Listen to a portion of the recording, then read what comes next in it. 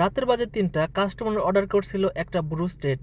কাস্টমারের বাড়ি আসার পর কাস্টমারকে ফোন দিয়ে কাস্টমার আমার ফোন ধরে না। পরবর্তীতে কোম্পানিকে আমি জানাই, জানানোর পর অর্ডারটা ক্যান্সেল হয়ে যায়। আপনারা তো জানেনই, অর্ডারটা ক্যান্সেল হয়ে গেলে এই খাবারটা আমাদের হয়ে যায়। ঈদের পর আজকে আসলাম প্রথম ডিউটি করতে, তো প্রথম দিনে আমার সাথে কি একটা ঘটনা ঘটে গেল। রেস্টুরেন্ট থেকে অর্ডারটা পিক আপ করে আমি কাস্টমারের বাসায় আসি। বাসায় আসার পর অনেকক্ষণ যাবত কাস্টমারকে আমি ফোন দিই। পরবর্তীতে কাস্টমার আমার ফোনটা উঠায় না। কাস্টমারের কি সমস্যা সেটা তো আর আমি জানি না। পরবর্তীতে কোম্পানির কাছে আমি কমপ্লেন জানাই। কমপ্লেন জানানোর পর অর্ডারটা ক্যান্সেল হয়ে যায়। পরবর্তীতে খাবারটা আমি নিয়ে আসছি। যেহেতু কাস্টমারটা অর্ডার করে অর্ডারটা রিসিভ করেনি, এই খাবারের দামটা কাস্টমারকে দিতে হবে।